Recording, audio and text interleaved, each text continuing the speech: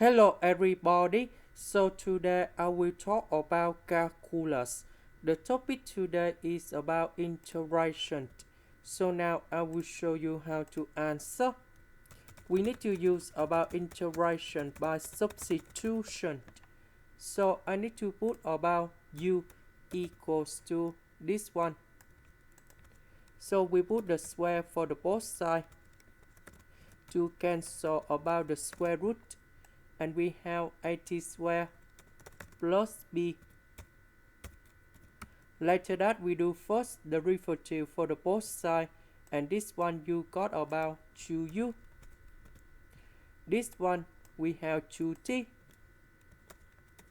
This is about the constants, so you got about 0. Next we have number 2 and number 2. We need to divide both sides by number 2.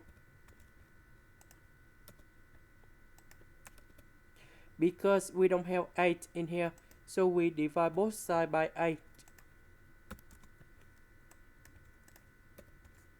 The square root we change by u. T dt we change by u over a du.